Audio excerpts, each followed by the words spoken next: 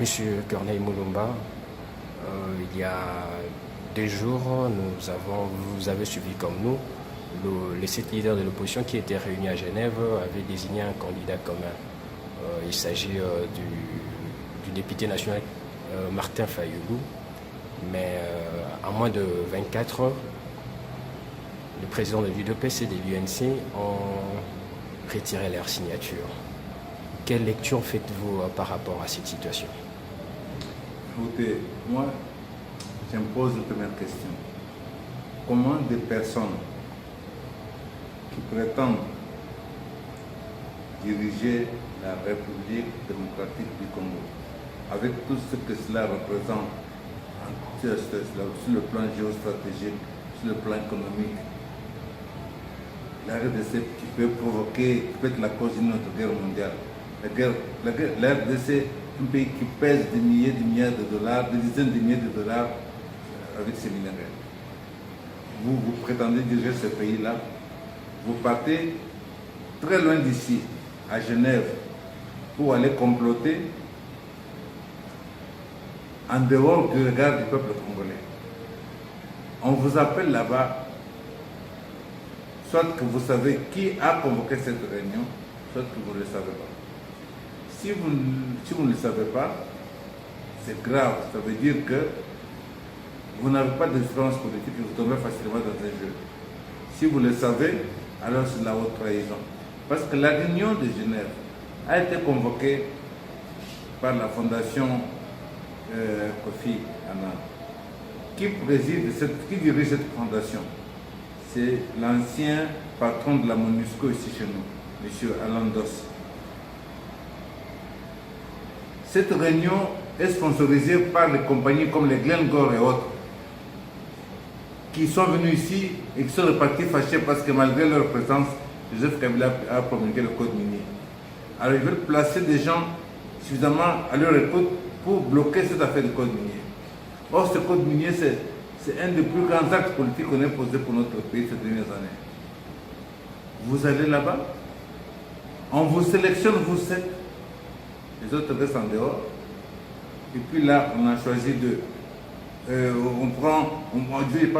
dire, on vous prend, on fait en sorte que, en fait, eux choisissent parmi vous qui est désigné, et toute la propagande se fait dans les médias internationaux que c'est un tel qui a été choisi.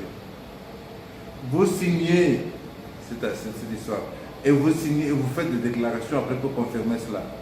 Moins de 24 heures après, vous retirez votre signature. Le mal est déjà fait. Ça, c'est une chose. La deuxième, le fait que vous retiriez votre signature à ce niveau-là, à moins de 24 heures, ça veut dire que vous vous discréditez, que vous n'avez pas une signature à respecter ou à faire respecter. Vous comprenez que quelque part, nos amis se sont fourvoyés et quelque part, ils ont montré qu'ils ne méritaient pas de diriger la RDC, notre pays.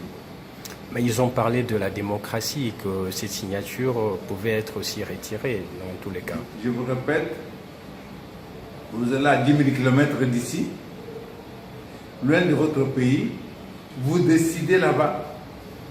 Avant cela a été précédé par une autre rencontre en Afrique du Sud. Connaissez-vous le nom de connaissez-vous l'organisation qui les a réunis en Afrique du Sud? Et vous ne vous posez pas de questions, c'est quoi cette ONG, qu'est-ce qui est derrière? Avez-vous jamais entendu une réunion convoquée par la CIA? La CIA convoque ces réunions toujours derrière les organisations comme celle-là. Où vous, les dirigeants congolais, vous allez là-bas, en Afrique du Sud. On dit, oh, c'est parce que quand tu ne veux pas venir ici, mais quand tu n'étais pas en Afrique du Sud non plus.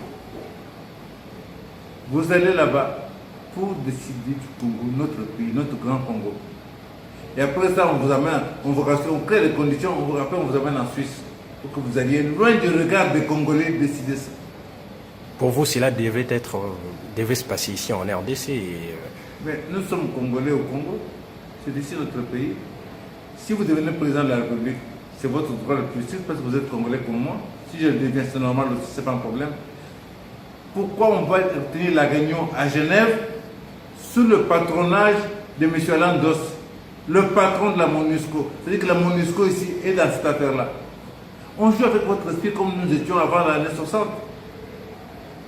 Je constate que les dirigeants de l'indépendance ont été beaucoup plus mûrs. Parce que quand on a voulu les diviser, ils se sont mis ensemble. Souvenez-vous de Lumumba et des autres. Ils ont été beaucoup plus mûrs que ceux d'aujourd'hui.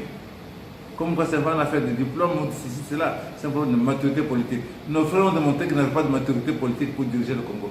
C'est ça la démonstration qui a été faite. D'accord, merci, M. Corneille Mulumba.